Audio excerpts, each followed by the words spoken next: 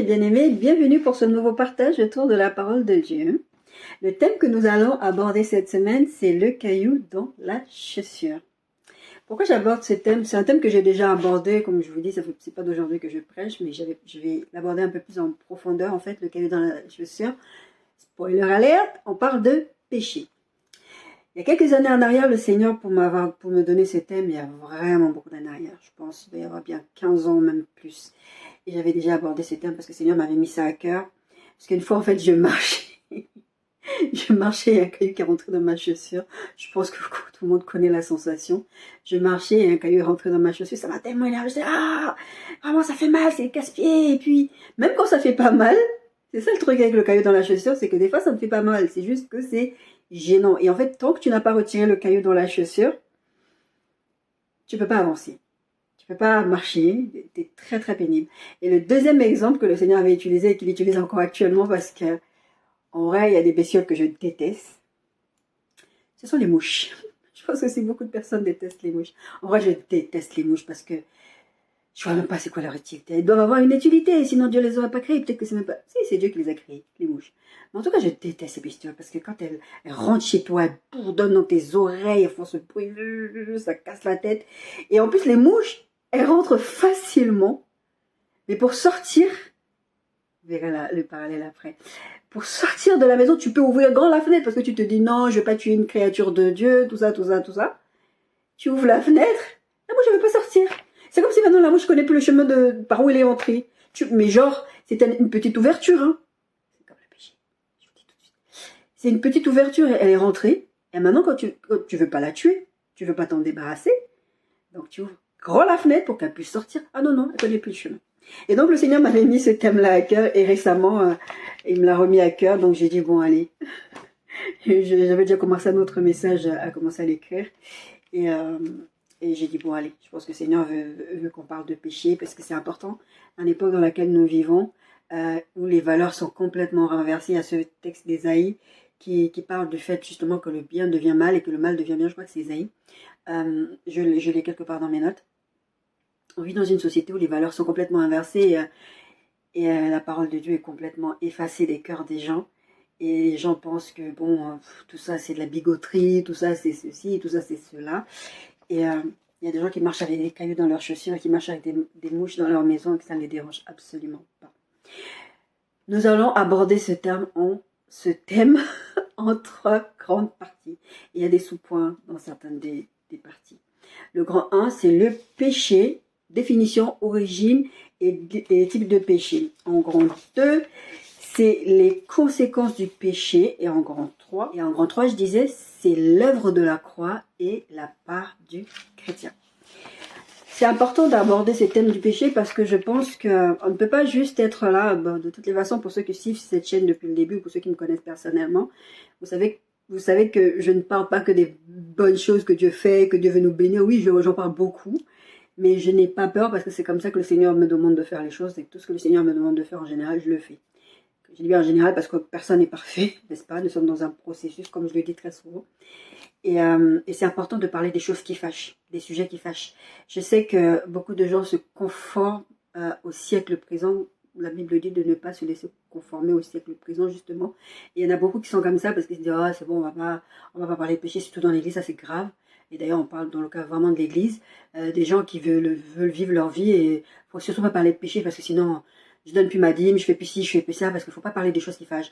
L'apôtre Paul, petite parenthèse, parlait du fait qu'il y en a parmi vous, il y en a un là qui sort avec qui a pris pour épouse la femme de son père, et ça ne vous dérange pas. C'est justement, on va voir ce texte-là qui parle de la scène. Et ça vous dérange pas. Vous êtes pire que les païens. Il dit ça, vous êtes pire que les païens. Vous vous comportez dans l'église comme, puisque maintenant, en fait, déjà à leur époque, plus de centaines d'années, des millénaires en arrière, c'était déjà cette problématique qu'ils avaient, et nous là encore. Et comme je vous disais récemment, on a l'impression que l'être humain évolue, que l'être humain devient de plus en plus intelligent, mais en vrai, l'être humain régresse. Et quand la Bible parle de retour du Seigneur, on a l'impression que, oh tiens, ça fait tellement de longtemps, des millénaires, qu'on nous dit le Seigneur Jésus va revenir. Il ne revient pas, donc continuons à vivre notre vie. La définition, grand 1, définition du péché, origine et les différents types de péché. La définition du péché, je vous ai pris la définition du péché dans un dictionnaire normal, séculier, et la définition biblique du péché. Ça se rejoint un peu quand même. Parce que le péché, c'est très très spécifique à la loi divine, en fait. La définition du péché selon Larousse, c'est la transgression consciente et volontaire de la loi divine ou des impératifs religieux. Et le mot péché dans le verset Romains 3, ça c'est la définition un peu biblique. Romains 3, 23 qui dit qu'à tous son péché, ils sont privés de la gloire de Dieu, vient de Grèce, j'espère que je le prononce bien, amatia, qui veut dire rater ou se tromper de cible. Littéralement, ce terme-là, en fait, vient du monde comment on appelle ça, de tir à l'arc, voilà. Parce que si vous regardez bien la Bible, c'est pour ça que les gens ont l'impression que ce n'est plus actuel. C'est pas vrai. C'est juste qu'il faut juste prendre les exemples de maintenant et les adapter par rapport à ce que vous savez de ce que la parole de Dieu dit, parce que la parole de Dieu, elle est complète, elle n'a pas besoin d'être réactualisée en vrai. Et les gens ont l'impression qu'il n'y a pas ce mot-là exactement dans la Bible, mais en fait, si tu regardes bien le contexte, tu verras que la Bible parle exactement de ces termes. Et Jésus, si vous écoutez les enseignements de Jésus, si vous lisez les enseignements de Jésus, Jésus utilisait beaucoup ce qu'on appelle des paraboles. Ce sont des espèces de, comment on appelle ça, des contes ou des histoires qu'il racontait en fait, en utilisant des exemples de la vie courante pour expliquer des concepts divins en fait. Et il allait vous prendre les exemples le royaume de cieux est comme, etc., etc. Et là c'est pareil. Il y a beaucoup de choses qui sont expliquées, des termes qui sont expliqués. Il faut les prendre dans leur contexte pour savoir à quoi ça correspondait. Et ce terme de péché, ça veut dire rater la cible. Littéralement, c'est ce que ça veut dire, parce que c'est tiré du domaine du tir à l'arc. En fait, tu prends du temps, tu tires, tu rates la cible. Il y a un cible. Il y a le rond principal, oulala, le rond principal, et c'est dedans il faut mettre ta flèche en fait. C'est pas celui, parce que en fait le monde comment il se comporte. Il y a tous les ronds. Si vous regardez je vous mettrai un screenshot. Si vous regardez la cible de tir à l'arc, il y a plusieurs ronds, et dans chaque rond ça te donne des points en fait. Et si tu tires le plus proche de la cible, tu as plus de points. Et si tu tires dans la cible, alors là, jackpot. C'est un peu comme au bowling, tu fais tomber toutes les quilles. Mais en fait, les chrétiens se contentent de prendre des points à côté. Mais Dieu, lui, ce qu'il regarde, ce n'est pas les points que tu prends à côté. C'est pas le petit point que tu prends sur le rond extérieur ou le rond un tout petit peu intérieur. C'est vraiment la cible principale. C'est cette histoire de rater la cible. Dieu a une cible principale quand il t'a fait venir sur cette terre, mon bien-aimé, ma bien-aimée. Quand il t'a fait venir sur cette terre, il t'a fait venir avec un objectif. Il y a des gens, vous verrez, ils ont des magnifiques voix. Et Dieu les a créés pour un but et il les utilise pour autre chose. C'est rater la cible. Dieu t'envoie sur la terre pour une mission. C'est ce qu'on appelle comment on appelle ça, les ministères, communément on appelle ça les ministères, mais il n'y a pas que les ministères dans l'église. Je veux dire, Dieu t'a mis sur cette terre, peut-être que tu dois être un entrepreneur, et toi, tu décides d'être ingénieur, par exemple, ou tu décides d'être, peut-être que tu peux être ingénieur, un entrepreneur, enfin je sais pas. En tout cas, tu décides d'être autre chose, tu décides d'être journaliste. C'est pas mauvais d'être journaliste, mais tu rates complètement l'objectif, en fait. Tu rates complètement la cible. Et c'est ça, cette histoire de péché. Et 1 Jean 3,4 dit ceci. Ça, c'est la Bible qui le dit, qui donne une phrase comme ça. Quiconque pêche transgresse la loi, et le péché, c'est la transgression de la loi. Il y a une loi. Dieu, en fait, a mis une loi dans le cœur des hommes. Les gens savent ce qui est bien, ce qui n'est pas bien. Et c'est pour ça que le diable travaille activement à changer les mentalités des gens, à renier la loi de Dieu. Mais la loi de Dieu est dans le cœur des hommes. Vous verrez des situations où quand vous voyez, par exemple, un monsieur de 40 ans ou de 50 ans, par exemple, je ne dis pas que c'est ça le péché, hein. Je prends juste un exemple. Allez, si, je vais prendre cet exemple-là, je vais juste baisser l'âge. Je voulais donner un âge un peu plus adulte. Vous voyez, un monsieur de 40 ans, aller avec une gamine de 12 ans, 14 ans. Vous savez que c'est pas normal. Mais c'est pas normal par rapport à quoi? C'est pas la société. La société a mis des lois, mais les lois sont venues après. Et si vous regardez, en France, par exemple, les premières lois qui ont été mises sont des lois qui sont calquées sur la Bible. Et il y a beaucoup de lois qui sont calquées sur la Bible dans le monde humain. Dans le monde séculier, on va dire. Comme si genre, il n'est pas de terre. Donc, il y a beaucoup de choses, vous savez que c'est pas bien. Mais quand les valeurs sont renversées, on commence à arriver dans un monde où on commence à te dire, mais ça, c'est pas normal, alors que c'était normal avant. Ou que ça, c'est normal, et vice versa. Et donc, vous savez que au fond de vous, il y a quelque chose qui vous dérange. Comme cette histoire de caillou dans la chaussure, ça doit vous déranger. Et Dieu a mis sa loi dans notre cœur. De sorte qu'on sait ce qui est bon, ce qui n'est pas bon. Dieu ne va pas venir faire sa justice en disant, je vais faire la justice, il ne savait pas. Vous savez. C'est juste qu'à un moment donné, vous décidez de façon volontaire et consciente, comme donne la définition du dictionnaire Larousse, de faire ce que vous voulez. Et à partir de là, Dieu ne peut rien faire pour vous. On va voir la suite. Ésaïe 14, 12, 15 dit ceci. Parce que là, c'est ce contexte d'Ésaïe 14. On est en train de parler du péché, de la définition du péché. On a donné la définition du péché. On est en train de parler maintenant de l'origine. Le premier pécheur de la Bible, en fait, de la parole de Dieu, c'est Satan. Mais les premiers humains pécheurs, c'est Adam et Ève. C'est vrai que, en général, quand on parle de péché, on ne parle pas souvent de Satan. On parle pas souvent du diable, qui est l'adversaire. On parle souvent de Adam et Ève. Mais celui qui a péché en premier contre Dieu, c'est Satan. Par orgueil, et c'est ce texte de Ésaïe 14 qui dit, te voilà tombé du ciel, astre brillant, fils de l'aurore, tu as battu à terre, toi le vainqueur de nations. Tu disais en ton cœur, je monterai au ciel. J'élèverai mon trône au-dessus des étoiles de Dieu. Je m'assirai sur la montagne de l'assemblée à l'extrémité du septentrion. Je monterai sur les sommets des nues. Je serai semblable au très haut. C'était ça l'objectif de Satan. Et qu'est-ce que Dieu il a dit? Ah, toi, moi je t'ai créé pour que toi tu renverses la situation. Vous imaginez un peu. Il voulait renverser la situation. Un putsch céleste. Et il voulait prendre la place de Dieu. Il dit, mais pourquoi Dieu il a ça? Et pourquoi est-ce que moi je pourrais pas, pourquoi est-ce qu'on pourrait pas me glorifier? Il y a beaucoup de choses à dire là-dessus, je préfère arrêter ça parce que ça commence à me faire penser à d'autres sujets, la musique et tout ça. Je vous ai dit récemment, petite parenthèse, il y a une de mes sœurs qui est partie voir un concert de Beyoncé et le Seigneur m'a dit, demande-lui qui elle est allée glorifier en faisant ça. D'accord? Parce que soit la gloire tu la rends à Dieu, soit la gloire tu la donnes à Satan. Il n'y a pas 3000 solutions. En tout cas, bref, et des fois il y a des gens en fait, ils le savent, et des fois les gens ils le savent, mais ils préfèrent faire la politique de l'autruche. Péché ou péché, ça c'est un sous-titre. Péché au singulier ou péché au pluriel. Et donc là, on va parler de péché originel et des péchés personnels et des péchés interpersonnels. Comment on dit? Interpersonnels, enfin, les péchés des uns vis-à-vis des autres. Parce que en fait, il faut savoir, en dehors du péché originel et de Satan, tout ça, lui on s'occupe pas de son cas, lui Dieu a déjà réglé son cas depuis très longtemps, depuis qu'il l'a chassé. Il faut savoir qu'il y a le péché contre son propre corps. Je n'ai pas mis les versets, mais vous le savez, la Bible dit que notre corps c'est le temple du Saint-Esprit, etc. Il y a tout plein de textes que vous pouvez trouver là-dessus qui parlent de péché contre son propre corps. Et Jésus, je crois il a dit ça à un moment donné, il disait que oui, si, je crois que je l'ai effacé parce que ça n'allait pas dans le sens de ce que je voulais dire. Que, en fait, quand tu pêches, voilà, c'est ça. Ce qui sort de ce qui rentre en fait dans ton corps, ce n'est pas ça qui te souille en fait. Parce qu'après, tu vas aller aux toilettes, tu vas évacuer. Mais ce qui sort de ton corps, c'est ça qui va te souiller. Donc, c'est les choses vraiment qui viennent de ton cœur qui vont te souiller. Jésus, il a dit ça, d'accord? Donc, il y a les péchés dans ton corps, et il y a les péchés vis-à-vis d'autrui, et il y a le péché contre Dieu. C'est les trois formes, c'est ces trois-là qu'on va aborder tout au long de ce message. Péché contre soi, péché contre Dieu, et péché contre son prochain. On va pas beaucoup aborder le péché contre son prochain, même si on va en parler un tout petit peu. On va plutôt parler des péchés plutôt personnels. Parce que c'est ce qui nous intéresse, parce que le but c'est d'arriver à... Parce qu'en général, la Bible dit, aime ton prochain comme toi-même. En général, quand tu te gères toi, tu gères les autres. Mais si tu ne sais pas te gérer toi, tu ne gères pas tes propres péchés, tu ne regardes pas, Jésus il disait, regarde d'abord la poutre qui est dans ton œil avant de regarder la paille qui est dans l'œil du voisin.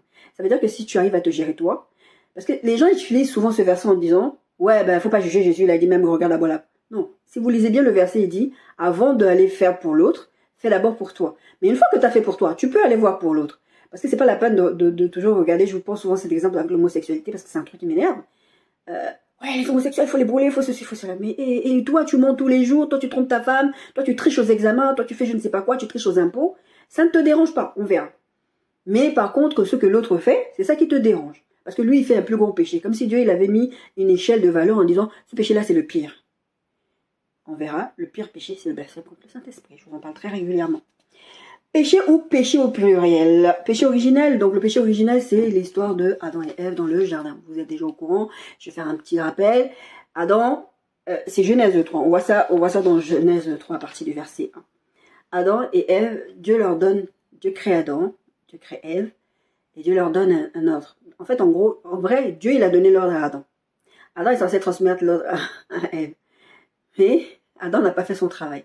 Bref, c'est pas ça le but. Le but, c'est que Dieu leur a donné un ordre. Vous ne mangerez pas le fruit de ces deux arbres-là. Parce que au cas où vous ne le saviez pas, ou au cas où vous l'auriez oublié, il y avait deux arbres auxquels ils ne devaient pas toucher.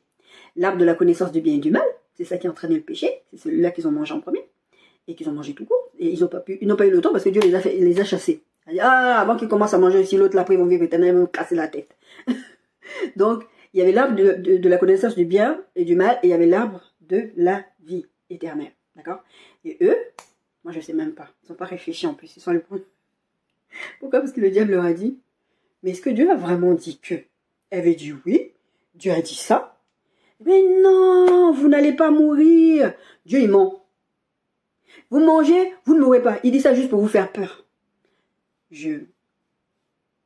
Comment on dit? J'embellis un peu.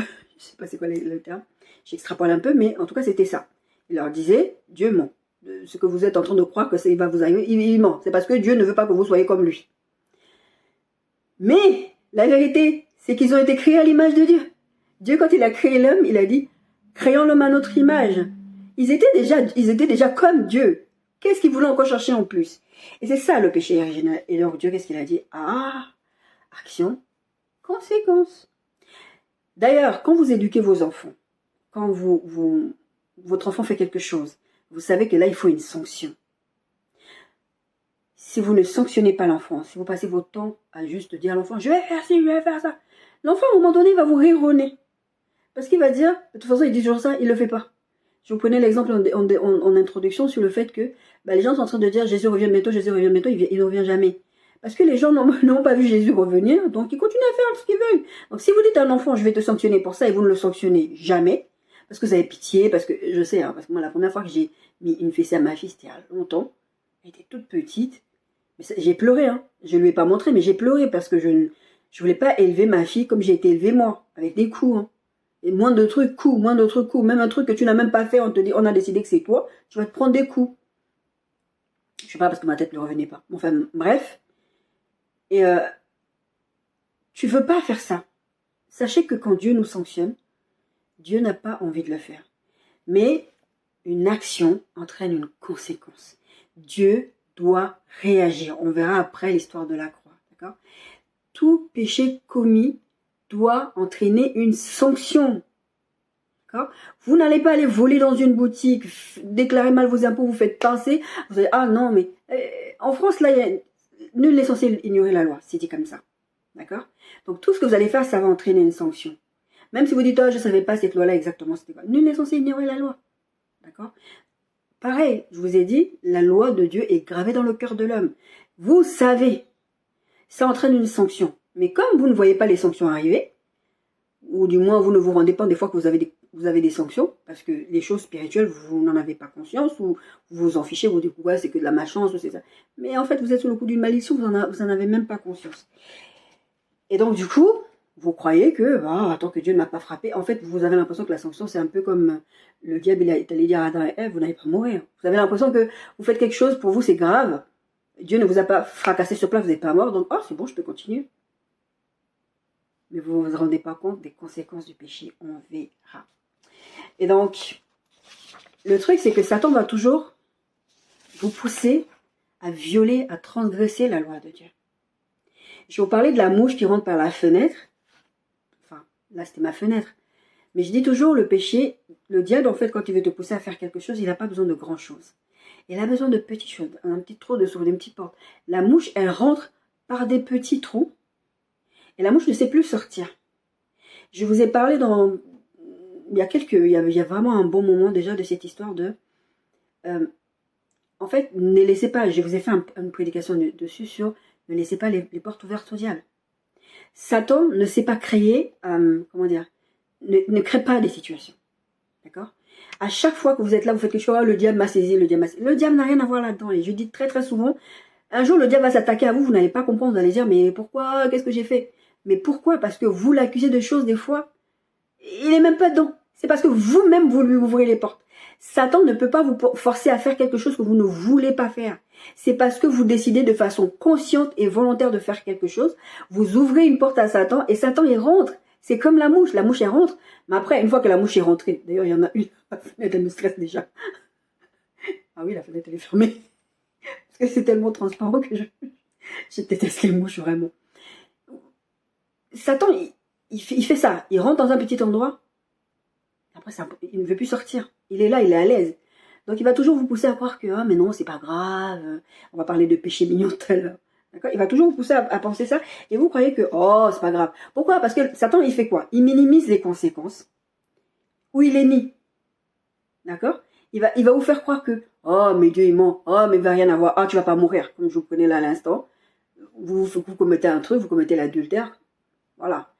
Ouza, là, je vous ai parlé de ça récemment. Ouza, il a juste, l'arche de l'alliance a failli tomber, il a juste ramassé. Mais comme ce n'était pas sa prérogative, parce qu'il n'était pas, comment on appelle ça, j'ai oublié il n'était pas prêtre, ou, non, oh mince, j'ai oublié, je trouverai le mot peut-être plus tard. Il n'était pas censé attraper l'alliance et Dieu l'a fracassé sur place. Il est mort. Et comme on n'a pas beaucoup de ces cas-là, en tout cas on n'en parle pas beaucoup, ou des fois ça peut arriver, les gens ne se rendent juste pas compte, bah, vous avez l'impression que, tranquille, je peux faire ce que je veux, parce que de toutes les façons, il ne m'arrive rien. Satan va toujours minimiser. C'est ce qu'il a dit à Adam et Ève. Mais non, ça ne va pas vous arriver. Ou il va nier. C'est pas un péché. Genre, ces derniers temps, je vous parle de beaucoup de changements de sexe parce que c'est un phénomène qui est tellement grave aux États-Unis. Et je sais que c'est aussi en Europe, mais c'est beaucoup moins, vraiment, c'est n'importe quoi là-bas. Mais c'est en France aussi, les gens qui décident que, bon, ils sont en souffrance, alors qu'ils ont entendu des mensonges du diable. Le diable leur a fait croire, mais non, toi, t'es ce sexe-là, et décide de changer en se disant, bah, la nature s'est trompée. Et en fait, c'est nier l'œuvre de Dieu de faire ça. D'accord? Marc 7, 20, 23. C'est le texte que je vous ai utilisé tout à l'heure. Il dit encore, donc Jésus, ce qui sort de l'homme, c'est ce qui souille l'homme. Ce n'est pas ce qui entre dans l'homme. Car c'est du dedans, c'est du dedans. C'est du corps des hommes que sortent les mauvaises pensées, les adultères, les impudicités, les meurtres, les vols, les cupidités, les méchancetés, la fraude, le dérèglement, les regards envieux, la calomnie, l'orgueil et la folie. Dans là, regardez. Il y a des choses que vous avez l'impression, je suis sûre qu'il y a des choses dedans que vous faites, ou que moi-même j'ai fait. On se dit, c'est pas grave, on va parler de péché mignon. Les mauvaises pensées. Les mauvaises pensées. Jésus disait, le péché d'adultère commence dans les pensées. Vous avez l'impression que parce que vous avez pensé quelque chose, c'est pas grave. Mais c'est un péché devant Dieu. Et c'est grave devant Dieu. Et ça a des conséquences. Le but aussi, c'est quand des mauvaises pensées viennent, c'est de les stopper. On va parler tout à l'heure de la solution. C'est de les stopper, c'est de ne pas comment on dit ça en français, de ne pas les nourrir. D'accord? Si vous avez une pensée qui arrive, il y a un verset de la Bible qui parle de ça, qui dit qu'en fait, ça va commencer là. La pensée, ça va être nourrie, et ça va arriver à une action à un moment donné. Et ça, la Bible parle déjà des mauvaises pensées. C'est un péché. Mais vous pouvez vous stopper, vous pouvez vous corriger. Les adultères, je dis souvent, il y a des gens qui pensent que bah, les homosexuels, c'est pire qu'un adultère. Tant que ma femme, elle ne sait pas, c'est pas grave. Autant que mon mari ne sait pas, c'est pas grave. Autant que mon conjoint ne sait pas, bah, c'est pas grave parce que je préfère ne pas blesser mon conjoint. Au moins, elle ne sait pas. Mais c'est toujours le même péché. Tu as toujours péché. Les impudicités. L'impudicité, c'est l'immoralité sexuelle. Et l'immoralité sexuelle couvre tellement de domaines. Vous avez l'impression, par exemple, en vivant en concubinage, c'est pas grave du moment où vous êtes ensemble, ou que vous avez signé un pax, comme en France. Mais c'est pas une union légale.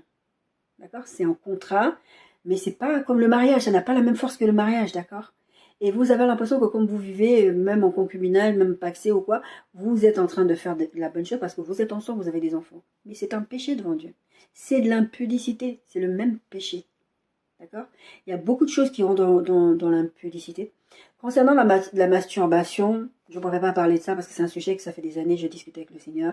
Je demande au Seigneur de m'expliquer un peu plus parce que c'est vraiment un sujet qui, pour moi, je connais un couple pastoral qui prêche là-dessus et je suis plutôt d'accord avec eux. Je ne préfère pas en parler parce que c'est un sujet qui est vraiment assez délicat à aborder. Et, en tout cas, personnellement, je n'ai pas vu quelque part dans la Bible où c'est écrit qu'il ne faut pas se masturber.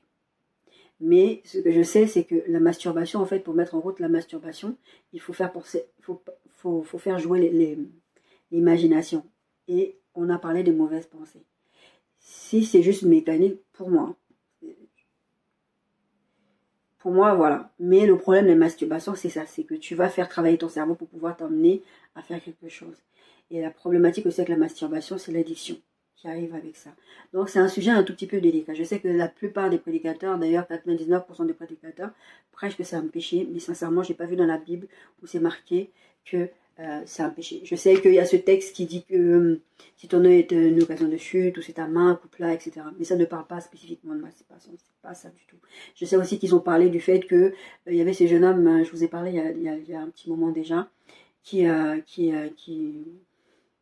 jetait à terre parce qu'il devait donner un enfant. Les gens pensent que c'est parce qu'il s'est masturbé. Non, non. C'est parce qu'il y avait une loi divine qui disait, en fait, son frère est mort. Il est censé donner des héritiers à la femme, parce que son frère est mort sans enfant, en fait. Et lui, il refusait de faire ça. Donc, il avait des rapports avec la femme. Donc, il prenait son plaisir sans problème. Mais je pense qu'il voulait ses propres enfants. Il ne voulait pas donner des enfants pour son frère. Et donc, qu'est-ce qu'il a fait? Il jetait à terre. C'est ce que la Bible dit, littéralement. Et c'est pour ça que Dieu s'est fâché, Dieu l'a tué. Parce que il refusait d'obéir à une loi divine. Ça n'a rien à voir avec la masturbation. Donc la masturbation, c'est autre chose.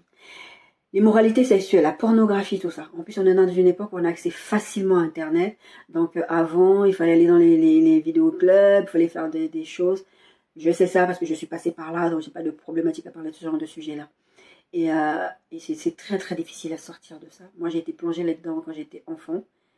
C'est très très difficile, ça laisse des séquelles. Donc voilà, donc on a pris quelques exemples, je vous ai cité plusieurs exemples. Vous regardez ce qui vous concerne, la méchanceté. Des fois, vous avez l'impression que la méchanceté c'est rien, ouais, mais des fois la personne m'a énervé, puis de toute façon c'est mon caractère, je suis comme ça, je suis quelqu'un de très honnête. C'est un péché. Vous pouvez dire la vérité dans l'amour, c'est la Bible qui dit ça. On n'est pas obligé d'être méchant avec les gens. D'accord. L'orgueil. L'orgueil, Dieu a vu ça où? Chez Satan, premier, je vous ai dit, le premier pécheur, etc. Le péché personnel, c'est... une petite introduction sur l'introduction. Le péché personnel, c'est... Je vous ai dit, on va beaucoup plus parler de péché personnel. Le péché personnel, c'est... Je vous ai mis plusieurs petits points. La transgression de la loi divine, la rébellion contre Dieu, le mépris de Dieu et de son amour. Le péché personnel aussi, c'est de ne pas faire confiance à Dieu. On en a parlé on en a parlé dans la série sur la manne et la caille. Je vous disais, tentez pas Dieu. C'est-à-dire que Dieu vous dit, fais-moi confiance et vous ne faites pas confiance. Ça, c'est péché contre Dieu. Et c'est péché contre Dieu, mais c'est ne pas faire confiance en Dieu. C'est un péché personnel. Ça ne te concerne pas et ta relation avec Dieu.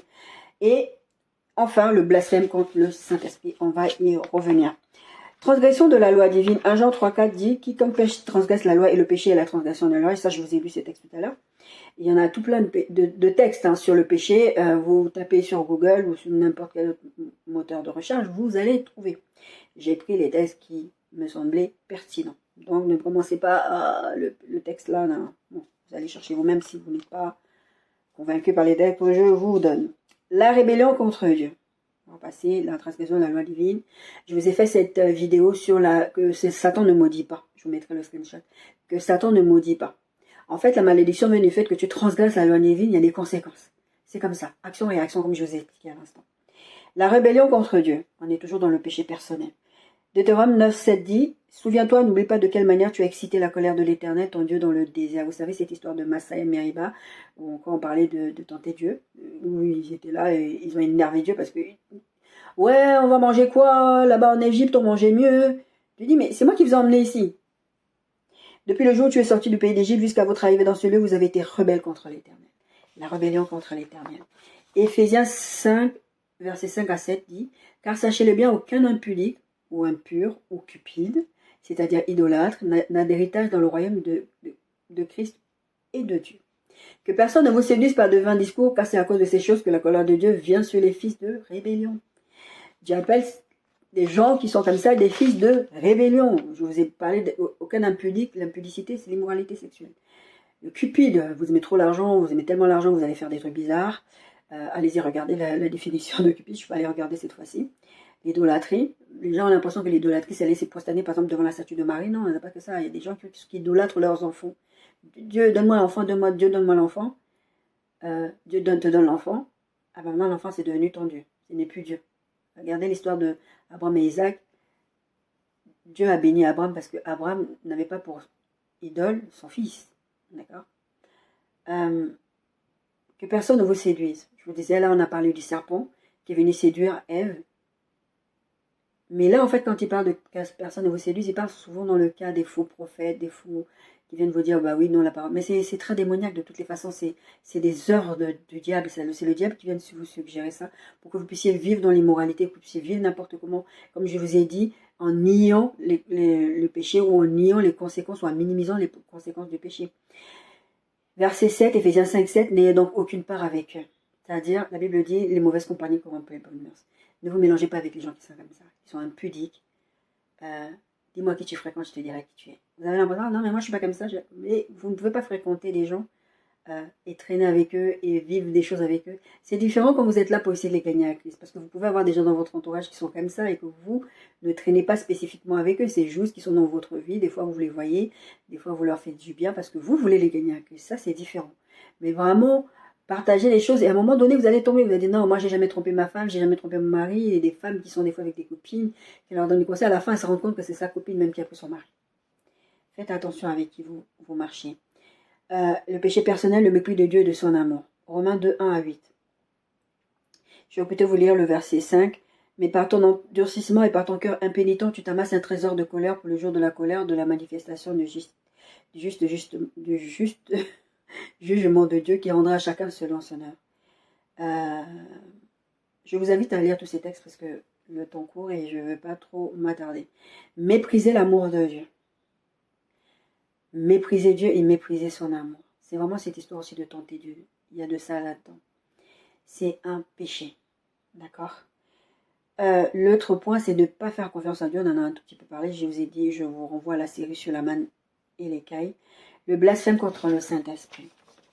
Alors, le texte, Jean 3. J'ai mis 17 à 17, mais je vais vous lire le verset 18. Celui qui croit en lui, donc en Jésus-Christ, n'est point jugé, mais celui qui ne croit pas est déjà jugé, parce qu'il n'a pas cru au nom du Fils unique de Dieu. Ça, il ne le dit pas spécifiquement dans ce texte, mais c'est du blasphème contre le Saint-Esprit. Le texte, il parle spécifiquement du blasphème contre le Saint-Esprit. Je vais vous expliquer c'est quoi, je vous en ai déjà parlé, mais c'est pas grave, on va revenir dessus. Matthieu 12, 30, 32. Celui qui n'est pas avec moi est contre moi. Ça, c'est Jésus qui parle. Et celui qui n'assemble pas avec moi disperse. Vous voyez bien que ça aussi, c'est un péché. Au lieu d'assembler, vous dispersez, vous causez les divisions. C'est un péché. Vous allez parler le... Lui, il est mauvais. Vous n'avez même pas des preuves de ce que vous racontez. Vous allez dire du mal des gens. Et c'est un péché. Causer la division, c'est un péché. C'est pourquoi je vous dis, tout péché et tout blasphème sera pardonné aux hommes, mais le blasphème contre l'Esprit ne sera point pardonné. Quiconque parlera contre le Fils de l'homme, il lui sera pardonné, mais quiconque parlera contre le Saint-Esprit ne lui sera pas pardonné ni dans ce siècle, ni dans le siècle à venir. Quand les gens lisent ce texte, ils ont l'impression que blasphémer contre le Saint-Esprit, c'est insulter Dieu, insulter Jésus ou insulter le Saint-Esprit. C'est pas ça. Parce que si vous regardez le verset 32, il dit quiconque parlera contre le Fils de l'homme, contre le Fils. Ça veut dire que vous pouvez insulter Dieu là, tout votre sou. Vous pouvez insulter Jésus, tout votre sou. Dieu, vous allez lui demander pardon, vous allez vous convertir si vous n'êtes pas converti, ou si vous êtes chrétien et que vous allez péter un plomb, je ne sais pas. Ça nous est déjà arrivé tous. À un moment donné, peut-être pas d'insulter Dieu, mais avoir des propos durs contre Dieu, parce qu'on vit des situations compliquées. Bah ça, quand tu te retournes et tu demandes pardon, Dieu pardonne ce péché-là. Mais ce que Dieu ne pardonne pas, et en fait c'est le blasphème contre le Saint-Esprit, c'est quoi? J'ai écrit ceci. C'est refuser l'œuvre de la croix et demeurer et persister dans le rejet du salut. L'œuvre de la croix, c'est le salut. Jésus, il arrive et dit, bon, vous ne méritez pas, moi j'ai décidé de venir, parce que Dieu m'a envoyé, pour vous sauver, je suis allé mourir à la croix, maintenant, voilà, recevez le salut. Dites, ben non, Jésus n'existe pas. La Bible dit que c'est le Saint-Esprit qui convainc de péché. C'est pour ça que c'est le blasphème contre le Saint-Esprit. Vous refusez que le Saint-Esprit vous convainque, parce qu'il essaye. À l'intérieur de vous, vous avez cette voix intérieure qui vous dit, ça là, c'est pas bien. Remets-toi en question, ressaisis-toi, va contre Dieu. Il y avait ce jeune homme l'année dernière qui avait fait une vidéo, j'ai vu ça sur les réseaux sociaux, mais j'ai vu la vidéo, j'étais tellement triste. Il disait, oui, j'ai rêvé cette nuit, Jésus est venu me parler, il m'a dit, réponds-toi, il m'a parlé beaucoup. Le gars, le lendemain, il a pris la moto, ça s'est passé, je crois, en Côte d'Ivoire, il a pris la moto, il est mort. Il a blasphémé contre le Saint-Esprit. Il a refusé le salut, il a dit, moi, Jésus, il est qui? Jésus, il est qui? C'est-à-dire que le Saint-Esprit vient lui convaincre. Jésus vient même lui apparaître en rêve pour lui dire, réponds-toi, parce qu'en fait, Dieu sait que tes jours-là sont comptés. D'accord? Et vous vivez votre vie. Comme je dis souvent, la vie ne vous appartient pas, en vrai. Vous pouvez ne pas vous réveiller le matin. Vous n'allez pas forcément mourir dans un accident de voiture, de moto ou de je ne sais quoi. Vous n'allez pas forcément mourir d'une maladie longue et douloureuse. Mais vous pouvez ne pas vous réveiller le matin, en vrai. Vous savez le nombre de personnes qui ne se réveillent pas le matin? C'est une grâce de se réveiller le matin. Et vous pensez que vous avez le temps. Ou ceux-là qui pensent que je vis d'abord ma vie, je fais tout ce que je veux faire, et demain, quand j'en aurai marre, je vais donner ma vie au Seigneur. Mais la vie ne t'appartient pas. Tu peux ne pas te réveiller. Et ce jeune homme-là, il est mort, et il attend son jour de jugement pour aller en enfer. Pourquoi? Parce qu'il a rejeté Dieu. Il y avait un autre, c'est un styliste, je crois, ghanéen, ou je ne sais plus, d'Afrique de l'Ouest, je pense. Pareil, même histoire. Si je retrouve le screenshot, je vous le mettrai, mais je ne pense pas que je vais le retrouver parce que je l'ai supprimé. Il disait des choses, mais il dit, Dieu, tout ça, il est mort. Le type est mort. Blasphémer contre le Saint-Esprit, là, c'est pas insulter Dieu, c'est pas insulter Jésus, c'est pas insulter le Saint-Esprit. L'insulte qui est faite au Saint-Esprit, c'est de refuser l'œuvre de la croix.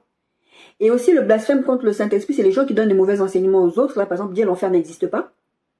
Vous blasphémez parce que d'abord, vous êtes perdus.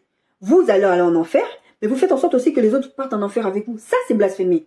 Mais dans le nom de l'autre. Comment on dit ça en français? Je l'ai en anglais. On behalf. Mais c'est vraiment de la part de l'autre, je fais un truc comme ça. En fait, pour l'autre, vous amenez l'autre en enfer. Parce que vous allez y aller. Et en fait, ça, c'est l'œuvre du diable. C'est les œuvres des ténèbres. Jésus l'a dit, je suis venu détruire les œuvres du diable. C'est l'œuvre des ténèbres. C'est Satan qui fonctionne comme ça. Moi, j'ai péché contre Dieu. Je sais que je suis foutu. La Bible dit que Satan est animé d'une grande colère parce qu'il sait qu'il lui reste peu de temps. Son but à lui, c'est d'entraîner le maximum de gens avec lui en enfer. Et vous, certaines personnes, certains enseignants, certaines personnes qui pensent qu'ils peuvent faire ce qu'ils veulent, viennent vous enseigner du n'importe quoi, et vous les écoutez. Eux, ils vont aller en enfer, mais vous allez en enfer aussi. Vous n'aurez même pas de justification devant le Seigneur. Quelqu'un vient vous dire l'enfer n'existe pas. L'enfer n'existe pas. Oh, oui, parce qu'un Dieu est tellement amour. Il y a un pasteur comme ça. Lequel il était pasteur, je vous en ai parlé dans une vidéo précédemment, mais ça fait très très longtemps. C'est ma soeur qui m'avait parlé de cette histoire, elle m'a dit le film ici est sur Netflix, je sais plus c'est comment le titre. Franchement, je suis allée, j'ai cliqué, j'ai voulu regarder, j'ai dit non, je vais pas regarder, je vais être trop en colère. Le type a vécu des choses difficiles. Et un jour, il s'est dit non, c'est pas juste, l'enfer c'est pas juste. Si, l'enfer c'est juste. C'est parce qu'en fait, l'être humain compare la justice humaine à la justice de Dieu. Mais Dieu exerce une justice parfaite, en fait. Si vous commencez à vous dire que la justice humaine est comme la justice de Dieu, forcément, vous ne pourrez pas faire l'œuvre de Dieu. Vous ne pourrez pas avancer. Vous allez vous inventer des doctrines et des théologies parce que ça ne conviendra pas à ce que vous vivez. Le monsieur, à un moment donné, il a dit non. Dieu est tellement bon parce qu'il avait perdu quelqu'un de proche de sa famille et il savait que cette personne allait aller en enfer et il s'est dit non, c'est pas possible. D'accord? Moi, j'ai perdu quelqu'un de proche il y a 2 ans, très très proche. Et j'ai hurlé devant Dieu. J'ai hurlé devant Dieu, dis-moi, le Seigneur m'a jamais répondu. Ça fait mal parce que tu as peur, parce que tu es Seigneur, est-ce que la personne a été réconciliée avec toi? Moi, chaque fois que quelqu'un que je connais meurt, j'ai peur. C'est pour ça que j'essaie de parler le plus possible de Dieu. C'est pour ça que je prêche. Et c'est pas seulement pour ça, c'est aussi mon appel. Mais bon, ce que je veux dire, c'est que c'est important pour moi que les gens sachent. C'est pour ça qu'on est en train de parler de péché, de cailloux dans la chaussure, parce que c'est important de comprendre que vous ne pouvez pas transgresser la loi de Dieu et vous dire demain après-demain, je vais me retrouver devant Dieu, ça va aller, Dieu va me pardonner. Comme c'est un adage populaire qui dit nous irons tous, il y a même la chanson qui dit ça, nous irons tous au paradis. Personne n'ira au paradis s'il n'a pas accepté Jésus-Christ comme Seigneur et Sauveur. Vous allez peut-être me dire, oui, chacun a sa religion, chacun a son ceci, mais la Bible, c'est le seul livre qui est constant et qui ne change pas, et toutes les prophéties sont tellement accomplies parfaitement que les gens pensent que, non, les prophéties ont été écrites après. Ou les gens vont dire, ouais, c'est l'homme. C'est l'œuvre des ténèbres toujours pour vous faire croire que c'est faux. Quand Jésus est ressuscité, l'ange a roulé la pierre, ils ont mis cette phrase en disant, ouais, dites aux gens que ce sont ces disciples qui sont venus ouvrir la pierre comme ça, il ne faut pas dire que... Il savait très bien que c'était un ange qui avait ouvert la pierre. Il savait très bien que Jésus était ressuscité parce qu'il l'avait dit avant de mourir. Il l'avait dit. L'histoire d'Ésaïe que je vous ai lue sur le diable, ok, mais il y a aussi d'autres textes, il y a un autre texte que je vous lirai tout à l'heure, c'est des prophéties qui ont été dites avant, des centaines et des centaines d'années avant. Mais c'est tellement incroyable que personne ne veut y croire. C'est le blasphème contre le Saint-Esprit. Vous voulez préférer croire et vivre vos vies en vous disant non, c'est faux, ça c'est de la bigoterie. Non, il y a un seul chemin qui mène au ciel, c'est Jésus-Christ.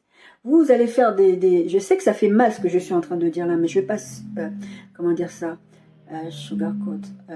Je vais pas saupoudrer ça, je vais pas le rendre beaucoup plus plaisant à vos oreilles pour que vous pensiez que c'est bien. Vous allez dans les enterrements. reçois-le dans ton ciel. Fais des sacrements de la fin. Mais la personne, Dieu il dit, c'est quand tu es sur cette terre-là que tu fais ta réconciliation. Je vous ai parlé de réconciliation récemment. Faire la paix avec Dieu, c'est sur cette terre. On en a parlé, je crois, la semaine dernière. Faites d'abord la paix avec Dieu sur cette terre. Mais quand vous êtes mort, une fois que vous êtes mort, il n'y a plus de paix avec Dieu. Vous ne pouvez pas revenir en arrière. Tous les sacrements qu'on vous donne, ou que vous allez dire, oh, que son âme repose en paix, rip, que vous mettez partout. La personne, si elle ne s'est pas réconciliée avec Dieu de son vivant, je suis désolée de casser votre délire, elle n'ira pas au paradis. Elle n'ira pas au ciel. Sachez déjà, pour ceux qui meurent en Christ, vous n'allez plus dans cet endroit parce que Jésus il a fait la séparation à sa mort. C'est juste une petite parenthèse. Vous allez déjà au sein.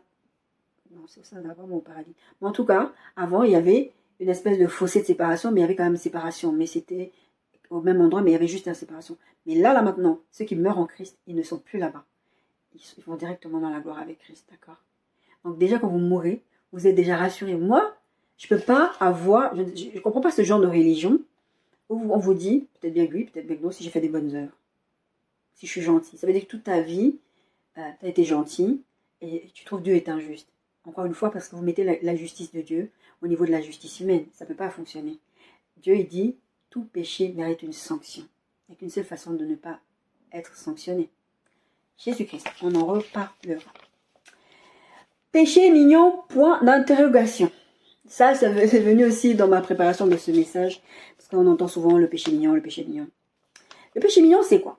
C'est une faute habituelle mais agréable auquel on s'abandonne volontiers. Et souvent, on va parler de... Ça me fait rire parce que ça me fait penser à un truc quand je faisais ma recherche tout à l'heure. Et en fait, à la ville à côté où j'habite, il y a un restaurant qui s'appelle Péché Mignon. Je me suis dit, mais la personne, n'importe quoi. Enfin bref. Faute habituelle mais agréable quand on s'abandonne volontiers. Parce que tu te dis, c'est pas grave. Par exemple, on en parle dans la gourmandise. Ah, j'ai mon petit péché mignon. Je ne vois... Ces deux mots antagonistes. Des fois, j'ai du mal avec certains mots. Ça ne va pas ensemble. Péché et mignon, ça ne va pas ensemble. Le Dieu de ce siècle, la Bible dit ça, vous a aveuglé. Vous fait croire que péché et mignon, ça va ensemble. À quel moment ça peut aller ensemble? Récemment, dans un message, je vous disais, tu prends du CACA, tu le mets dans une boîte, tu parfumes, tu mets tout ce que tu veux, des fleurs, tu mets un ruban, ça reste du CACA. Et le Dieu de ce siècle vous aveugle tellement, il vous fait croire que, mais non, c'est un beau cadeau qu'on t'a donné. Et vous dites, bah oui, c'est enrubanné et tout. Ça reste du n'importe quoi. Et vous pouvez pas juste vous dire que, parce que c'est ça, péché mignon. C'est aussi un péché qu'on considère comme léger. Comme je vous prends souvent l'exemple, il y en a qui vont dire, ouais, allez, les homosexuels c'est pire, les prostituées c'est pire, c'est mauvais, c'est mauvais, c'est mauvais. Ah là, moi je peux tricher, je peux mentir, c'est pas grave. Et je vais vous donner quelques exemples de péchés mignons d'aujourd'hui. En fait, un péché mignon, c'est aussi un acte conscient par lequel on transgresse la loi divine, mais qu'on considère comme moins grave. C'est tout ça. Je vous ai dit, c'est un acte, c'est une faute habituelle mais agréable auquel on s'abandonne volontiers. C'est un péché qu'on considère comme léger, et c'est aussi un acte conscient par lequel on transgresse la loi divine, mais qu'on considère comme moins grave. Ça veut dire que je transgresse la loi divine, mais je dis que c'est pas grave. Comme l'histoire des pensées. Et je vous ai dit tout à l'heure, ah Jésus l'a dit, les pensées là, c'est péché. D'accord. Les péchés mignons d'aujourd'hui. Le sexe avant le mariage. Ah, mais il faut goûter la marchandise. Je vous juge pas, hein. Je suis passée par là, j'ai un enfant, je peux même pas tricher et dire que non, j'ai jamais fait ça. Parce qu'il y a des gens qui font ça. Moi, je sais que quand je suis tombée enceinte, comment le pasteur m'a ramassé. Oh là là, il m'a ramassé. Et j'étais là, je disais, mais lui, je vais me confesser, j'avoue quelque chose, j'aurais pu le cacher, j'aurais pu avorter. Qu'allait savoir? Les gens ne savaient même pas que je fréquentais quelqu'un. Quand j'ai eu ma fille, je suis tellement quelqu'un de discret, tellement quelqu'un de casanier. Quand j'ai eu ma fille, les gens n'ont pas cru que c'était ma fille, jusqu'à ce que ma fille soit en âge de parler et qu'elle m'appelle maman. Et il y a même des gens qui ont dit, ouais, tu es en train à t'appeler maman alors que c'est pas ton enfant, parce que les gens m'avaient souvent vu avec traîner les enfants d'autrui. Donc ils étaient persuadés que c'était pas ma fille. Et pourtant ma fille, vous voyez ma fille, elle me ressemble de ouf, hein. Pour ceux qui me connaissent, de ouf, hein. Le langage. Elle me ressemble beaucoup, d'accord? Mais il y a des gens, voilà, j'aurais pu le cacher. Il y a des gens qui cachent. Il y a des gens qui tombent enceintes. Il y a des femmes qui tombent enceintes. Et elles vont avorter, personne ne va le savoir. Mais c'est pas parce que vous dites que les gens ne savent pas que Dieu ne le sait pas. Ou moi quand je parle d'immoralité sexuelle, donc de rapport avant le mariage, je dis souvent, toutes les fois où j'ai pratiqué cet acte-là, après j'étais là en train de pleurer, j'étais pas bien, et je disais à mon partenaire, Elle me disait, mais je vois pas pourquoi tu pleures, c'est pas grave, on est deux adultes consentants.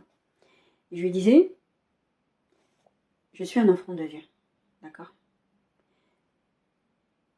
Quand j'ai des rapports avec toi, je n'ai pas un manteau qui s'appelle Saint-Esprit, que je prends, que je retire, que je mets là-bas, ou que je cache là-bas, et je fais mes affaires avec toi, et quand j'ai fini de faire mes affaires avec toi, je reprends le manteau Saint-Esprit, je le remets sur moi. Le Saint-Esprit est toujours là, Dieu est toujours là. Je suis toujours sous le regard de Dieu.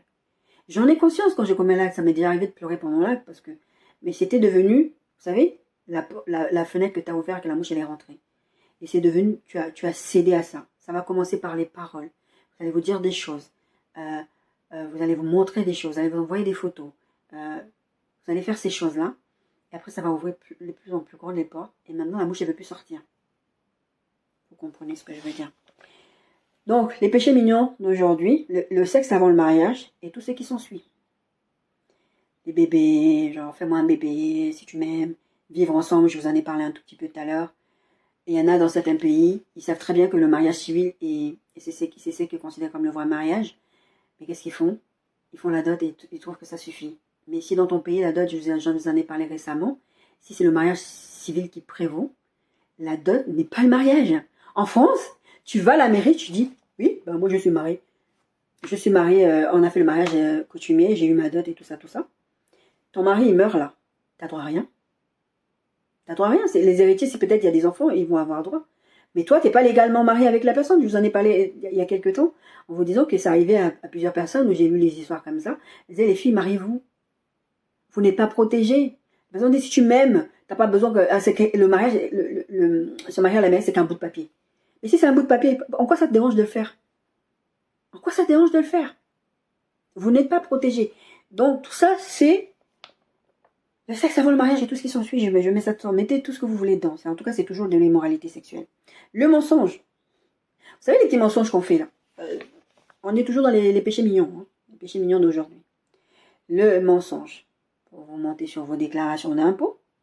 Vous mentez parce que vous voulez de l'argent. C'est très très compliqué. Vous savez le nombre de fois on m'en parle, même encore récemment. Il y a peut-être 2 jours, 3 jours, maintenant encore en parler. Mais tu coûtes tellement bien. Fais ça ou blague. Tu vas avoir un peu plus d'argent. J'ai dit moi je fais pas ça. Premièrement, parce que c'est contre ma foi. Je ne fais pas ça. D'accord? Il y a des choses que je ne fais pas parce que c'est contre ma foi. Tu peux... Il y a un personnel médical qui m'a engueulé parce qu'elle voulait me faire l'hypnose et je lui ai dit non. Elle a pas trouvé ça normal que je dise non. Mais c'est une façon de te soigner aussi. Mais non, c'est contre ma foi, je le fais pas. D'accord? J'ai pas envie qu'on m'insère des trucs. Bref. Donc le mensonge, tromper par exemple les impôts, vendre noir, etc. Vous mettez tout ce que vous voulez. Les trucs, vous avez les petits mensonges que vous faites à gauche, à droite. Ah, je suis sur le chemin, j'arrive. Vous mentez. La Bible dit que le père du mensonge, c'est le diable. Il dit, le texte, c'est clairement, c'est vous avez pour père le diable. C'est un menteur, il est meurtrier de l'Holocauste. Attends, et quand on te dit que ton père c'est le diable, et toi tu fais encore les œuvres de Satan? On en a parlé en long à large à travers ces derniers temps, le fait que ou vous portez les fruits de Dieu, ou vous portez les fruits du diable. C'est pas mixé, vous n'êtes pas des hybrides. Si vous portez les fruits du diable, vous êtes des fils du diable. En tant qu'enfant de Dieu, vous n'êtes pas censé mentir. Demandez quand vous êtes dans une position compliquée. Je sais qu'il y en a qui vont dire, ouais, mais par exemple, vous savez, quand il y a eu la Shoah, tout ça, il y a des gens, il fallait mentir. Dieu donne la sagesse. Regardez l'histoire de Salomon. La Bible dit, si vous avez besoin de sagesse, demandez la sagesse à Dieu. Si vous êtes dans une situation où vous savez que vous ne devez pas mentir, demandez à Dieu de vous donner la sagesse pour que vous ne mentiez pas et que vous soyez capable de dire la vérité en disant ça d'une façon différente. Dieu vous donnera la sagesse. C'est ce qu'on appelle une parole de sagesse. C'est un fruit, c'est un don spirituel spécifique. D'accord? L'immoralité sexuelle sous toutes ses formes. Donc le sexe avant le mariage, ça fait partie aussi de l'immoralité sexuelle. Et l'immoralité sexuelle, y compris celle légalisée. Hein. Vous êtes un pays comme la France, et il y a tout plein de pays où l'homosexualité, par exemple, elle est légalisée, elle est légale. D'accord? La Bible dit autre chose. C'est pas parce que quelque chose est légalisé que maintenant vous vous dites, ah bah à partir du moment où c'est légal, je peux le faire. Ça reste un péché. Et souvent, je vous ai parlé de la pornographie, par exemple, c'est la facilité par Internet ou autre. Les médisances, comme on dit chez moi, les Congos, ça. Vous êtes là, blablabla. Encore une fois, moi quand je vous donne des exemples, je ne peux pas vous dire que je suis parfaite. Hein. C'est un travail que le Saint-Esprit a fait, c'est un processus. Mais il faut vouloir. On parle depuis le début de ce message d'acte volontaire. Il faut vouloir changer. Laissez-vous transformer par le renouvellement de l'intelligence. C'est ça, il faut vouloir changer. Vous ne pouvez pas rester là, vous faites des trucs et vous dites, ah, c'est pas grave. Et puis, bon, on fait comme on veut. Congo, ça, là, vous êtes là. Moi, à l'époque, je crois que j'en ai déjà parlé dans un témoignage. Je vous donne les témoignages parce que je vous dis, le Seigneur a travaillé avec moi. Hein. Avant, moi, j'étais une catastrophe. J'étais vraiment une catastrophe. Et je suis quelqu'un de très, très casanier, très renfermé sur moi. En principe, je suis quelqu'un d'introverti à la base. Mais avec l'aide du Saint-Esprit, j'ai changé, etc. Et quand j'ai commencé à amener ma fille à l'école maternelle, à la première section, j'ai commencé à rencontrer des gens, à parler avec des gens, les parents, tout ça. Ah, mais on vous voit jamais. Ah, mais viens avec nous. Tu sais, on fait une rencontre de femmes là-bas à la maison de quartier. Viens et puis on va discuter. Je pars là-bas. Oh, t'as vu le mari d'un tel? Oh, t'as vu ceci? C'est ça que vous faites ici quand vous venez? Vous dites quoi? Oui, on prend un café, on discute. Mais non, ça me dérangeait. Le caillou dans la chaussure. Ça me dérangeait. Vous ne pouvez pas être assis avec des gens qui parlent mal des autres. Parce que dites-vous bien que s'ils parlent mal des autres en votre présence, c'est qu'ils le font de même pour vous. Vous ne pouvez pas nourrir ce genre de choses et penser que c'est normal. C'est pas normal. Vous devez vous dire que c'est pas normal. Les gens ont l'impression que le Congo, ça, la médisance, tout ça, c'est rien. On est toujours dans les péchés mignons d'aujourd'hui. Vous dites c'est rien, c'est pas grave. Et vous dites c'est pas grave. Mais c'est grave. Le manque de pardon. La Bible dit que si vous ne pardonnez pas, votre Père Céleste ne vous pardonnera pas. Il y a des gens qui ne savent pas que le fait de ne pas pardonner, je vous renvoie ma vidéo sur ce qui empêche Dieu d'exaucer vos prières. Je crois que c'était une série que j'avais fait aussi. Et en ce moment, on est sur les séries parce que les thèmes sont tellement importants. Et encore celle d'aujourd'hui, c'est aussi une série. Les thèmes sont tellement importants, je ne veux pas les aborder, les bâcler. D'accord? Donc, je préfère les faire en série et vraiment traiter les sujets en profondeur. Le manque de pardon. Il y a des gens qui ne réalisent pas que le fait de manquer de pardon, déjà Dieu ne te pardonne pas. Mais en fait, il y a des bénédictions que tu rates parce que tu ne pardonnes pas. Le manque d'amour. Le premier des commandements, Jésus, quand le jeune homme lui demandait, il a dit « Aime le Seigneur de tout ton cœur, de toute ton âme et de ta pensée. » Et le deuxième qui lui est rattaché, c'est « Aime ton prochain comme toi-même. » Tu n'aimes pas l'autre. Comment tu vas exercer les dons spirituels? Parce que les dons spirituels, c'est basé sur l'amour. Comment tu peux faire pour fonctionner? Parce que la Bible dit, si tu fais comme les autres, tu aimes que ceux qui t'aiment, tu fais du bien qu'à ceux qui te font du bien. Tu fais quoi de plus qu'un païen? Les gens doivent voir la différence. Les gens doivent voir que, ah, toi, tu es vraiment quelqu'un de différent. Les gens peuvent ne pas vous aimer. Moi, personnellement, je sais qu'il y a des gens qui m'aiment pas pour rien. C'est un concept avec lequel j'avais du mal. Je me disais, mais pourquoi les gens m'aiment pas? Parce que, bon, voilà, esprit de rejet, mauvaise enfance, des trucs comme ça, des traumas d'enfance. Donc, tu veux que les gens t'aiment. Donc, tu essaies d'être bien avec les gens. Après, tu te rends compte que, ben non. Mais ça ne change pas ton comportement. Moi, personnellement, ça n'a pas changé mon comportement. Et c'est vrai qu'il y a eu des moments où j'ai éclaté en sanglots. Je me suis dit, je veux plus faire du urgent, je veux plus être gentil avec les gens, je veux plus aimer les gens, parce que les gens sont méchants. Et Dieu, Jésus, il a dit, aime même celui qui est méchant avec toi. Bénis celui qui te maudit, et fais du bien à celui qui te persécute et prie pour lui. C'est ça, l'amour. Et le petit péché mignon de maintenant, c'est le manquer d'amour. Ah non, mais lui, c'est bon. Mais Dieu vous demande d'aimer les gens. Dieu ne vous demande pas d'aimer les gens qui vous aiment bien et qui sont gentils avec vous. Hein. Même celui qui ne t'aime pas et qui ne te dit pas bonjour, Dieu te demande de l'aimer. Vous imaginez, Dieu peut se réveiller un jour, enfin se réveiller, façon de parler. Vous pouvez plutôt, vous, dans l'autre sens, vous allez vous réveiller un jour, Dieu te dit, prends 100 €, tu donnes à celui qui te déteste là-bas, qui te fait la misère. Tu vas dire, mais non, Seigneur, je veux pas. Et le Seigneur va te dire, c'est un acte d'obéissance. Ça te plaît pas? Il y avait une histoire comme ça que j'avais écouté, c'est une prédication, il y a une dame comme ça qui disait, il y avait une dame, elle lui faisait la misère, c'est aux États-Unis, elle lui faisait la misère, mais tout le temps, elle lui faisait n'importe quoi. Et un jour comme ça, le Seigneur a dit, c'est son anniversaire, va lui chercher 100 $. Et la dame, c'était ses derniers 100 $. Ses derniers 100 $. Elle dit, mais Seigneur, tu vois pas ma situation? Et puis tu vois comment elle est méchante, son mauvais cœur. Et la dame lui a donné les 100 $. Mais nous, en temps normal, on va se dire, bon, si le Seigneur fait ça, est-ce que ça va changer la relation? Non, la dame, elle n'a pas changé. Hein. Elle a continué à l'insulter, à lui faire la misère. Mais elle avait agi par amour, elle avait obéi à Dieu. D'accord? Donc, le manque d'amour, les petits péchés mignons d'aujourd'hui aussi, c'est les avortements. Je vous en ai parlé un tout petit peu. Vous êtes dans un pays, en France par exemple, c'est légal d'avorter. Bon, petite parenthèse. Il y a des États aux États-Unis, ils ont mis, comment dire, ils ont interdit l'avortement. Moi, je suis un enfant de Dieu, je suis chrétienne. L'avortement, c'est un péché devant Dieu. Mais on ne vit pas dans une société remplie de chrétiens, d'accord? J'ai conscience de ça. La Bible dit, chacun rendra compte à Dieu pour lui-même, d'accord? Donc, je pense que légiférer sur des choses qui sont de domaine du religieux presque, c'est pas une bonne chose non plus. C'est pas la bonne façon d'amener les gens vers Dieu. Il faut laisser les gens faire leur choix, d'aller se faire avorter, même si je ne suis pas d'accord, encore une fois. Ce que je suis en train de dire là, c'est pas pour dire que, ouais, l'avortement c'est bien. Non, c'est un péché, j'en ai conscience et je le sais, je suis pas d'accord avec ça. Mais imposer les gens des choix, alors que tout le monde, même il y a des chrétiens qui avortent. Non, mais vous êtes grave. C'est un petit pays. Non, mais parce que la société dans laquelle on est, la vie est devenue chère, je peux pas faire un enfant comme ça. On avorte comme on mangerait des bonbons. Est-ce que vous savez que les avortements, c'est des sacrifices à Moloch? Regardez dans la Bible, c'est qui Moloch? Je vous mettrai peut-être un petit... Tuer des bébés. Quand la Bible parle d'Élisabeth, la cousine de Marie, la mère de Jésus, comment les bébés réagissaient dans le ventre? Une fois que la vie est liée, elle est liée. Pour Dieu, c'est ça, en fait. Il n'y a pas à chercher à tergiverser. Mais de l'autre côté, aller légiférer pour obliger les gens à ne pas faire. Vous vous rendez compte, il y a des femmes, des fois, encore une fois, c'est pas une justification. Hein. Il y a des femmes qui ont subi des viols. Personnellement, si ça m'était arrivé, j'ai subi des viols, d'accord? Mais je ne suis pas tombée enceinte. Mais si ça m'était arrivé, je ne sais pas comment j'allais le vivre. Donc je peux comprendre qu'une femme ne veuille pas garder un enfant qui a été conçu dans la violence. Mais pour autant, la Bible dit que c'est un péché. D'accord? À partir du moment où c'est un péché, vous croyez que, ouais, je vais le faire en secret, je vais faire ceci, je vais faire cela. Vous péchez contre Dieu. Et souvent, il y a des femmes qui pensent que c'est rien. Quoi. Je vais prendre la pilule du lendemain, ou je vais faire ci, je vais faire ça, c'est pas grave. À partir du moment où l'enfant n'est pas né, j'ai pas tué. Quoi. Ou en France, on vous donne, je crois que c'est 3 mois, un truc comme ça, 6 semaines, je sais plus. En tout cas, il y a un délai légal pendant lequel tu peux avorter, mais après, c'est interdit. Mais ça reste toujours une création que Dieu a mis dans ton ventre. Ça reste toujours une personne que Dieu a mis dans ton ventre.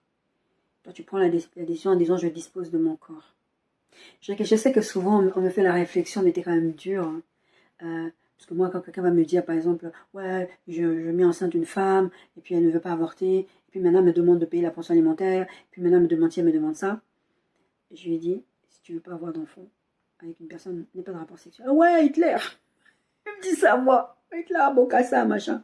Je m'en fous. D'accord?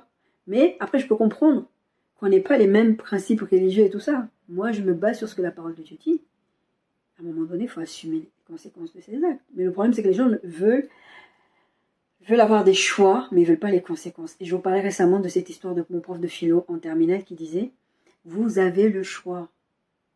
Et quand je parle de péché, on verra plus tard, on va s'arrêter pour cette première partie. Quand on parle de péché, les gens ont l'impression que ouais, Dieu est dur, la conséquence du péché, ça peut pas être ça. Bah, Satan, il a joué là-dessus pour aller par là. Non, vous ne mourrez pas. Dieu est injuste. Pourquoi Dieu est si dur? Pourquoi Dieu traite durement le péché? Mais parce que le péché a des conséquences graves, on verra plus tard. D'accord? Donc, les gens ont l'impression que en faisant ce qu'ils font, ils vivent leur vie comme ils veulent vivre. Bah, c'est pas grave en vrai. Mais c'est grave. Je vais m'arrêter là pour les péchés mignons. Vous pouvez mettre, il y en a tout plein hein, que les gens font, ils pensent que c'est rien. C'est vraiment très très léger. Galates 5, 19 à 22 et 24 à 26. Or, les œuvres de la chair. Je parlais de péché mignon. Vous allez voir ces textes. Les œuvres de la chair sont manifestes. Ce sont l'impudicité, on revient toujours à ça, l'impureté, la dissolution, l'idolâtrie, la magie, les inimitiés, les querelles, les jalousies, les animosités, les disputes. Les animosités, les disputes, vous n'avez pas l'impression que c'est les péchés mignons d'aujourd'hui aussi. Les divisions, les sectes, l'envie, l'ivrognerie, les excès de table. Oui, péché mignon, excès de table, c'est un péché. Et les choses semblables. Je vous dis d'avance, comme je l'ai déjà dit, que ceux qui commettent de telles choses n'hériteront point le royaume de Dieu. Mais les fruits de l'esprit, c'est l'amour, la joie, la paix, la patience, la bonté, la bénignité, la fidélité, la douceur, la tempérance. La tempérance. Vous êtes là, je m'énerve. Ah non, c'est mon caractère. Je suis colérique. La tempérance. C'est un péché. Quand vous êtes colérique et vous ne savez pas vous contrôler. Une fois, j'avais prié le Seigneur. J'ai dit, Seigneur, retire-moi les désirs sexuels parce que je n'arrive pas à me donner. Le Seigneur a dit, je ne te retire pas. Un des fruits de l'esprit, c'est la maîtrise de soi. Tu dois apprendre à te maîtriser. Parce que si je te retire ça, quand tu vas te marier, tu vas faire comment pour interagir avec ton mari? Oh, mais Seigneur. Dieu ne m'a pas retiré. Après, j'ai péché contre Dieu, j'ai pris plein la figure, mais c'est pas grave. Enfin, Dieu m'a pardonné. Ceux qui sont en Jésus-Christ, verset 24, ont crucifié la chair avec ses passions et ses désirs. Si nous vivons par l'esprit, donc marchons aussi selon l'esprit. Ne cherchons pas une vaine gloire en nous provoquant les uns les autres, en nous portant en vie les uns les autres. Mes bien-aimés, nous allons nous arrêter là pour cette semaine. On est en train de parler du caillou dans la chaussure. Il y a des choses où vous vivez, vous avez l'impression que c'est pas grave. Je peux encore faire quelque part. Mais on verra le caillou dans la chaussure. Les mouches qui rentrent par les fenêtres. C'est des choses qui ont des conséquences graves. Et vous avez l'impression que c'est pas grave parce que bon, ça va, j'arrive à gérer. J'ai le contrôle sur la situation. Mais Dieu dit que le péché a des conséquences. Et là, on vient de finir la partie 1. Et la partie 2, ce sera les conséquences du péché. Mais bien aimé, sincèrement, pour revenir à cette histoire de mouches, personnellement, quand je vois des mouches, j'ai envie de dire... Si vous me voyez chez moi, vous allez rigoler. Ma fille, elle va à la chasse des mouches parce que je les déteste. Il n'y a pas une bestiole que je déteste comme les mouches. Il n'y a pas un truc que je déteste, c'est d'avoir des cailloux dans les chaussures. Et le problème, c'est qu'il y a des choses qui nous dérangent, ou qui nous dérangent, on parlait de poutres et de paille tout à l'heure, qui nous dérangent chez les autres, mais qui ne nous dérangent pas chez nous-mêmes. On va marcher clopin. Bref, on va marcher un peu boiteux, c'est pas grave. J'ai un petit caillou, bon, je vais marcher un tout petit peu. Moi, quand j'ai un caillou dans la chaussure, je retire ma chaussure. Quel que soit l'endroit où je suis, je retire ma chaussure, j'enlève. Et je vous dis ça, pas parce que je suis parfaite, parce que je vous dis, j'ai péché contre Dieu, et je sais que je pêche encore contre Dieu. On verra le verset la semaine prochaine qui parle de « Si nous disons que nous ne péchons pas, nous mentons ». D'accord, mais on est dans un processus de ressembler à Christ. On ne peut pas vivre des vies comme ça et penser que c'est normal. Ça doit nous déranger, mes bien-aimés. On continue la semaine prochaine. Que le Seigneur vous bénisse, que le Seigneur vous garde. Je sais que, par exemple, en France, il y a beaucoup d'émeutes. Et pour ceux qui sont en France et qui regardent cette vidéo, que le Seigneur vous fortifie. Et pour ceux qui traversent des moments compliqués, on en parlera la semaine prochaine aussi, même si on est en train de parler de péché maintenant et que je ne suis pas encore à ma conclusion. Je voudrais vous dire que sachez que Dieu vous aime. D'accord? Retirez juste le caillou de la chaussure. On verra ça en conclusion. Retirez, sortez la mouche, tuez-la, faites ce que vous voulez avec. Mais ne restez pas et demandez pardon à Dieu. Surtout, la première chose, demandez pardon à Dieu. Ne restez pas dans cet état-là parce que le diable veut vous éloigner de Dieu. C'est ça son objectif. Vous éloigner de Dieu parce que lui, c'est qu'il est perdu. Il veut que vous soyez perdu avec lui. Soyez bénis.